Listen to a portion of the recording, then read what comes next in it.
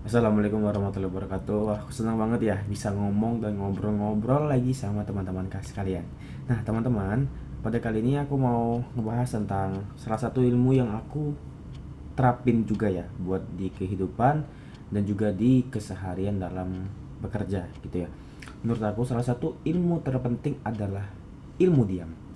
Nah, ilmu diam tuh kayak gimana ya? Nah, jadi gini teman-teman. Ilmu diam itu tuh adalah yang dimana kita nggak perlu memberitahu what we do now, what process that we been through now, dan juga what we through forward now.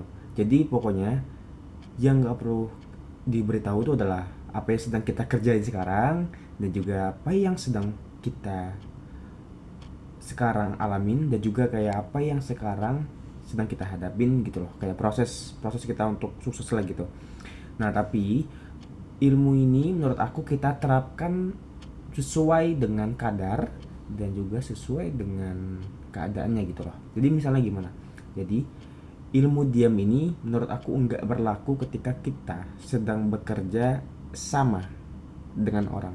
Kalau kita bekerja sama dengan orang, sedang bekerja sama, work together sama orang, nah itu kita perlu koordinasi ya. Kita perlu ngasih tahu apa yang sedang kita alamin dan juga kita harus ngasih tahu kendala dan juga terkait dengan teknis yang kita lakuin sekarang gitu.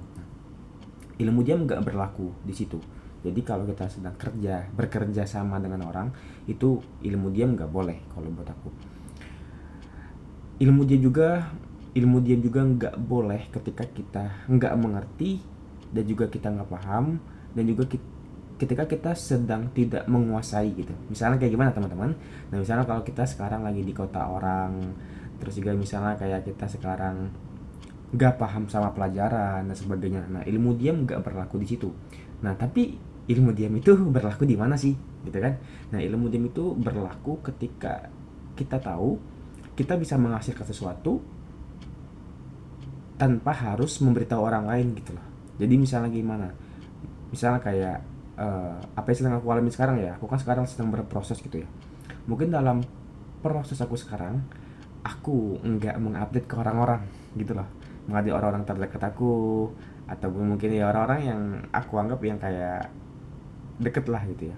Aku nggak bilang kayak aku sekarang lagi kerja di sini loh, kayak aku sekarang lagi ngalamin ini loh, dan aku tuh kayak aku tuh pengen punya visi tujuan hidup aku kayak gini loh. Menurut aku yang kayak gitu tuh eh, nggak perlu, makanya kayak ilmu diam gitu.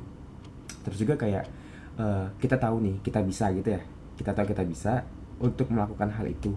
Misalnya kayak kita uh, uh, public speaking gitu depan orang-orang, nah kita bisa, tapi kita masuk atau kita sedang menunggu momentum yang tepat gitu lah. Jadi kita nggak perlu kayak show off dan kita ngerasa I can do this better gitu. Kita nggak boleh kayak gitu. Tapi kayak, oh aku bisa ngelakuin hal ini. Tapi ya kayak kita harus menunggu giliran atau kita harus menunggu momen yang tepat. Ya, yang jadi kita di mana kita ya kita lakuin hal itu loh, dan jadi itu menjadi hal hal atau hasil yang baik juga gitu. Jadi pokoknya kalau ilmu diam ini sesuai sama kondisi dan sesuai sama kadarnya. Jadi dua hal ini penting ya, sesuai dengan kondisi. Kalau kita sedang bekerja sama dengan orang dan juga kalau kita sedang katakanlah kita lagi nggak ngerti, nggak paham, kita lagi nggak menguasai hal sesuatu dan juga kita sedang ya katakanlah soal perasaan ya. Nah, kalau perasaan juga kita nggak boleh diam juga gitulah. Kalau kita mau bercerita sama teman kita terkait dengan apa yang kita alami, itu nggak boleh diam ya. Soal perasaan itu kan kata mental gitu ya. Terus kedua adalah kondisi gitu ya. Nah, ilmu diam kayak nunggu momentum yang tepat aja gitu, nunggu momentum tepat, kayak kita harus tampil di situ gitu, kayak kita harus nunjukin di situ. Nah, kita tunggu momentum aja gitu. Ilmu diam tuh berlaku di situ sih. Terus ilmu diam juga berlaku ketika ya kita sedang berproses. Kita nggak boleh, menurut aku kita, aduh sorry, dan menurut aku ilmu diam juga ya berlaku ketika sedang berproses. Kita jangan ya, tergantung orang juga ya gitu ya, tapi menurut aku ilmu diam salah satu hal yang penting juga ya.